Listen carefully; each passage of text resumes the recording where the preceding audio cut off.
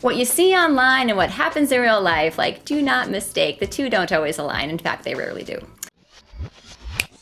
Hi everybody, this is Josh Becerra from Augurian. Welcome to this next episode of How I Work. I'm super excited to have Heather Boschke here with me today. Thanks for being here, Heather. Thanks for having me. So Heather's a strategic marketing leader with over 20 years of experience that spans Fortune 20 companies to nonprofit organizations. In 2021, she left the corporate world and started her own marketing organization called Vogel Venture with the mission to help small organizations drive growth and engagement regardless of team size or budget. Heather's a believer in filling up all of life's buckets. Heather's most passionate about helping people unlock the answer to this important question, which is, what sets your soul on fire? I'm super excited to have this conversation today. So, when we were talking before, you have such an amazing story about how you found your passion for marketing in the first place, and then you went on to do big things in the corporate world and how that wasn't really meeting your needs and how you left your kind of real job and struck out on your own with Vogel Venture. So can you talk a little bit about that journey for the audience? Yes, and I will say it wasn't so much left my real job as I got fired from my last job, but we'll get into that. All right, sounds good. So to back up, so in my undergrad, I went to the University of Wisconsin-Madison. I had no idea what I wanted to do. P.S. what 17-year-old does. In fact, I feel like I'm still uncovering this in my 40s. Yep. And so at the time, my mom mentioned being a nurse practitioner was a good, stable career. And I said, I don't know what that means, but okay. And so I was taking my intro classes and I had this marketing class. And the professor talked about the 4 P's of product, price, place, promotion, and that marketing is this bridge between customers and companies. And this light that I didn't even know I had turned on, and I just never looked back. And that moment is the exact reason that I now teach undergrad marketing to really pay forward that incredible gift that I got all those years ago. So cool. And so I thought I was going to climb the corporate ladder. I worked for companies like Miller Brewing Company and Verizon and Radisson Hotel Group. And leading a marketing department within an organization is what I thought I wanted. And in 2017, I got that job. Yeah. I was marketing VP for Shop HQ. At the time, it was called Evine, which is a home shopping network that competes with companies like QVC. And so I got the job. Outwardly, it looked really great. I was so excited to update my LinkedIn with a shiny title that I always wanted, right? Check, got it. Yep. And then the actual reality of the job was what you see online and what happens in real life, like, do not mistake. The two don't always align. In fact, they rarely do. Yeah. So when I got promoted, they actually never backfilled my role, so I was doing 2 jobs. There were calls every weekend at both 8 a.m. on both Saturdays and Sundays that I had to sit through. All of the leadership had to be on every weekend, 8 a.m. Wow, then there were these most painful weekly 2-hour meetings of literally 25 people you had to sit in. And since this company, we tracked dollars per minute, it was a 24/7 live retail shopping channel. We would know very quickly if an item was going to hit its goal. And if it wasn't, we would adjust on the fly, which meant marketing was at the end of this crazy tether, constantly updating social and email and the website because we were literally changing products and offers in real time. Wow. Madness, right? Right. So I got laid off. Death by go meetings. ahead. And I was just saying, like, death by meetings and crazy pressure. The pressure, the meetings, the politics, all of it was just a mountain that I didn't even realize I was getting buried under.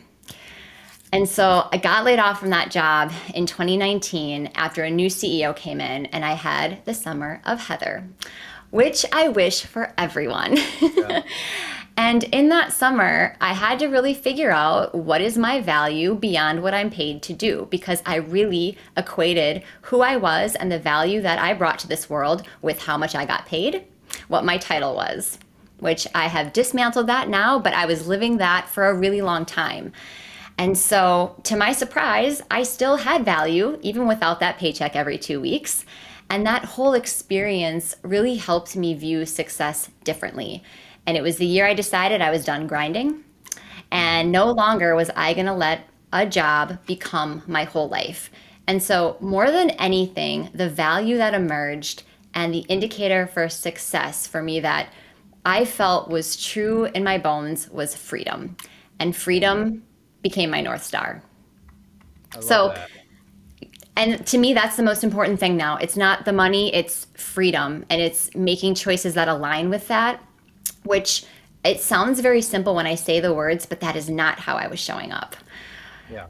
And so, in my next career adventure, I took a much less demanding role at a smaller organization. I ultimately ended up getting fired from that job, which could be an entirely another podcast. And in 2021, I was applying to jobs like I've always done. I was just going to go get another job, no big deal. And work started showing up in a new way. And people were asking if I could help with this project or plug in for their marketing VP that left. And so after having 4 or 5 of those conversations, I figured, why not do my own thing? And if I don't have clients in 6 months, who cares? I'll just go get a job because that was the plan. Yeah. And so I'm still waiting for those 6 months to happen. That's that's awesome. And you've been doing Vogel now for a while, right? So Well, 2 years. 2 years, yeah. 2 years, yeah. Oh, I don't think those 6 months will ever come, it seems like at this point. Um, Knock on wood. I hope not. yeah. So I want to wrap back a little bit to that experience at the Home Shopping Network because yeah, it sounds like it was pretty high stress and dramatic. But it's also interesting to me, like this idea of like marketing at every minute, right? Or like this Yes. idea of like that speed of like changing marketing. So, what did you maybe learn about either sales or brand building from that experience in that kind of an environment? Yeah, so before that job, I had, for the most part, worked at companies that understood the strategic role of marketing and valued it.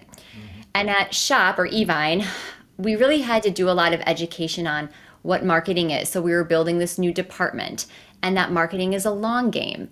And Yeah, that, contrary to some belief, marketing doesn't have a faucet that we can turn on that instantly adds revenue and leads. yeah, And while email is generating a good amount of sales, the logic of let's just do more email actually doesn't make sense. So there's definitely this shift that I felt with a company of how marketing was seen by the business. And it certainly wasn't seen as a strategic partner. And while I was up for that challenge, it was really, really difficult. And so when you prioritize sales overnight versus brand over time, you will never win. yeah, And beyond that, it burns out people. It creates a culture where nothing matters except for the numbers and reported earnings. And in an environment like that, you also lose your sense of agency. And you know when this happens because instead of fighting for what's right, you simply do what's asked. yeah. And that is the exact moment that your soul says, we need to get the F out of here. Yeah, exactly. I mean, I feel like it's like this psychological safety is like completely gone out the window as soon as you get to that point, right? Where it's just That's like exactly right. I'm taking orders and I'm responding to fires, right? And there is no kind of like longer strategic thought put into anything, right? Yeah. Yeah. And you know it because in the beginning you say, well, what about this? And we need to do this. And then conversation after conversation, you just say, okay, sounds good. Yeah. So if that like sucked your soul right out of you, obviously now in your consulting business and the work you do with clients, I'm sure that you've completely turned that on its head. So what does that kind of look like for you? What does the right approach look like? Yeah, I mean, I think what I learned, there was one meeting in particular that stands out to me at that company where it was one of those weekly 2 hour meetings with, over 20 people. And Yeah, I actually felt my soul like float above my head and ask, what are you actually doing? And what are you doing to me? yeah, And in that moment, I could also like feel the sands of time like going through the hourglass, and I knew I was wasting it. And right. so I really learned to just pay attention to when there is a gap between how I feel alignment and how I'm living my life. And so in the past, I would stuff it down, I would ignore it, maybe I'd buy myself something to feel better. Yeah. But as that misalignment grows, there is nothing that can fill that hole that's starting to form. And so that sense of alignment is literally how I make decisions. And so it's a lot more based on what feels good, what feels true, what feels right versus anything else. And so I've passed up client work based on that, but I've also taken on clients because of that feeling. And so I really try to let my intuition and gut guide me more than external factors, which is definitely a new muscle that I'm working on because it's counter to everything we're taught. You know, we're taught to listen to other people and we get validation from grades and promotions and year-end reviews. And so we're not really taught to listen to ourselves. And as a woman, there's a lot to unpack around being seen and not heard as well. And so I think that what I'm really trying to do now is to unwind from what is expected and instead follow what really feels true to me. I love that. Yeah. I love that it's like very kind of values driven, obviously, like highly reliant on, yeah, your gut or your intuition. At Augurian, we try to do a lot of things that are, live out our values in Yeah. very like demonstrable ways. We've had the opportunity to work with bad clients and have had to like cut the cord, even though, it hit the bottom line in ways that weren't great for us. But every time that we've ended up doing that, I've always said, we should have done that like 3 months ago, like for our team's own kind of sanity and health and all of those things. So, yeah, Yes. choosing who you work with and the type of work that you're doing with people is super important. Yeah, and what you just explained demonstrates the strength of your leadership because one of the most important things that you need to do as a leader is protect your people. And by Yeah. not taking the work that you know would abuse them, you're doing just that. So kudos to you guys. Yeah, and sometimes it's only once you're in the work where you actually are like, oh, this is not a Oh great no, fit. abort. Yeah, exactly. Um, so one of the things that when you were talking about, we get taught these things, or we're always like, what grades did you get? Like, what school are you going to? What's your title? What's your career path? Like, there's just so much in our culture that kind of pushes. Um, I in my first question, I was kind of joking about how you left your real job, or like that this idea of like having a real job and then starting your own marketing consulting is like, what are you like playing business? Like, what are you trying to do over there? Um, That's exactly what I tell people. What do you do? I play business.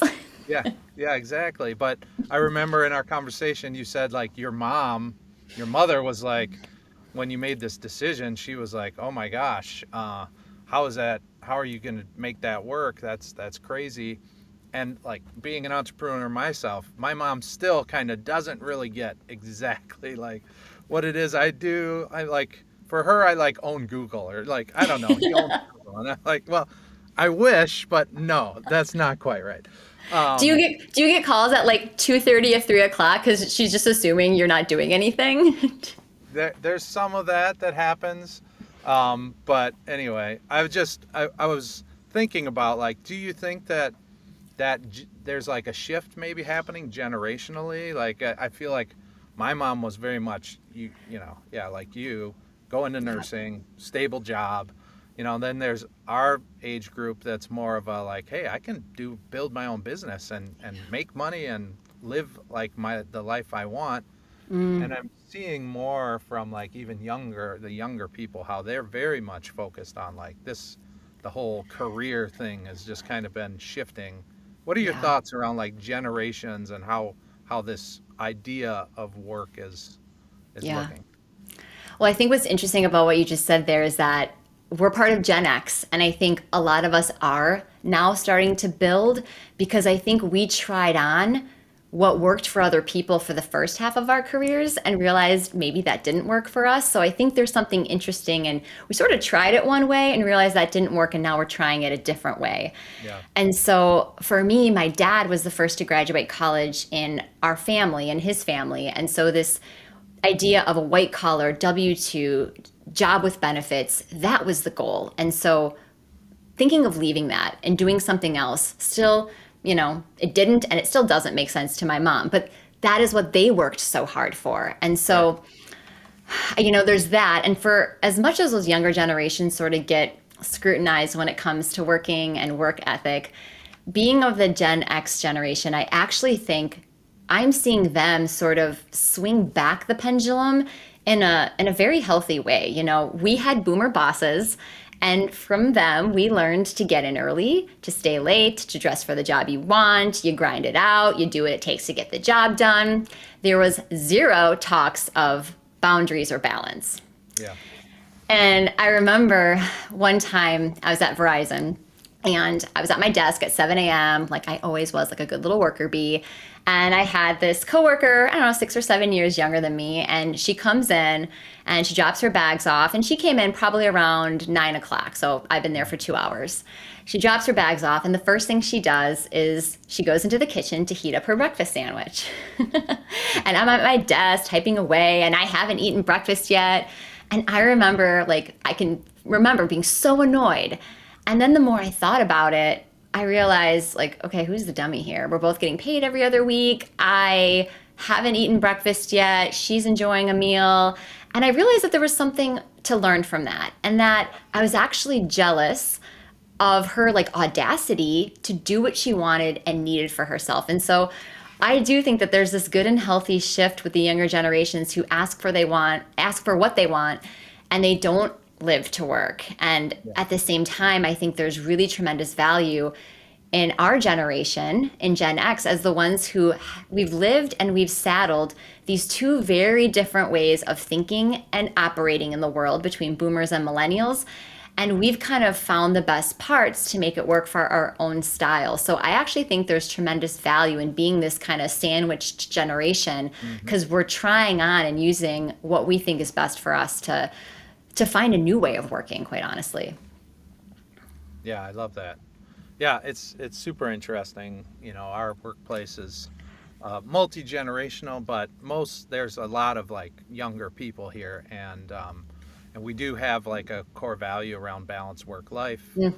work smarter, live better, and we try to create teams of people so that if somebody is taking time off, they have backfill and support. Yeah, so We good. don't have it all figured out, and it's not all perfect, but I do think that there's elements of that really do allow people to kind of live their, be more fulfilled in their life outside of work. So super Yeah. important. And you know what? I think that work smarter, live better is such a simply stated but powerful sentiment around you don't actually have to be here from X to X. Yeah. And if you can just be smart about getting the work done, you can. I think what a great value. Yeah. Yeah. So the other thing that you and I talked a little bit about is just how rewarding it is to be an entrepreneur and do what we're doing. And it can be challenging at the same time. But you said that entrepreneurship is the biggest journey in self-discovery. So, how so? Yeah, we think about, the corporate ladder, and ladders go one of two ways. You can go up or you can go down. And in this new world of entrepreneurship, I feel like I am growing and expanding in all directions, not just up or down. It's like everything's getting bigger, because when you're doing this, you're learning about, so I'm a marketer, I know marketing, but in this world, I'm learning about taxes and accounting, and I'm figuring out how to balance business development work with client work, and also balancing that feeling of I don't know what the F I'm doing, but also I do know what the F I'm doing. And so there's so much where you have to really get honest with yourself, because it's only you. And so things that I could have blamed on, bad bosses or coworkers or that's not right. It's like, oh, some of these patterns are showing up and it's like, oh, it's you, not them. Yeah, yeah, yeah. And the other thing is really learning what is important to you. And so last year was year one of my business, and I made a bunch of money, but I was way too busy. And I Sure. didn't want to do that again. And so this year it has been all about less clients, less revenue, less meetings, but all in a spirit so that I could have more time, more peace, and more of Mm. that freedom.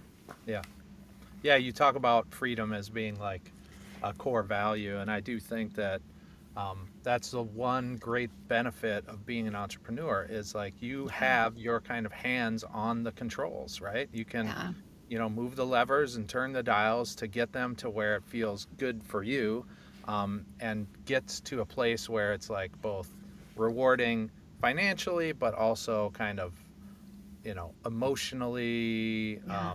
and in so many other ways. So I love that, and I don't know. I've been like seeing this as a journey all in the whole time, right? Yeah. And I feel like when I've been my unhappiest as an entrepreneur is when I've been like comparing myself to like, well, that person started their business like Yes. after me, and like look at the level of success that they've had achieved, and I haven't achieved that, and I've been doing it longer, and like that's where I think I gotta like rein it in a little bit, right? Yeah. As an entrepreneur, I feel like what you said about kind of not knowing what the f you're doing, that like idea of imposter syndrome, because Yeah. you are like you're having to do accounting and HR, and like you're doing all these Yeah. things that aren't necessarily like in your wheelhouse. You have this Yeah. constant like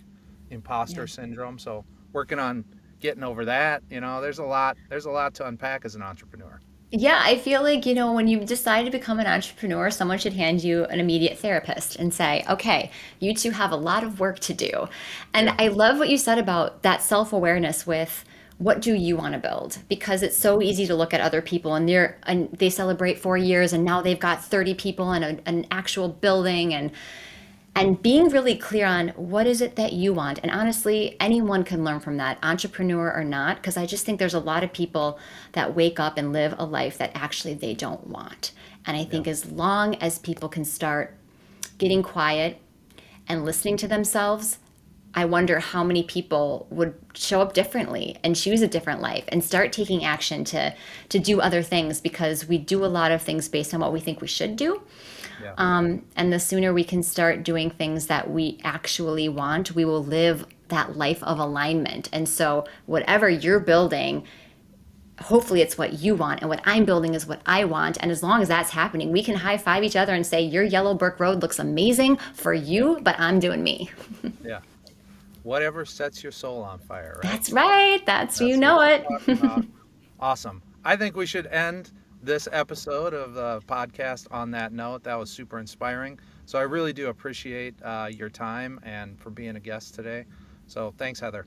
Thank you so much for having me. Awesome. And stop.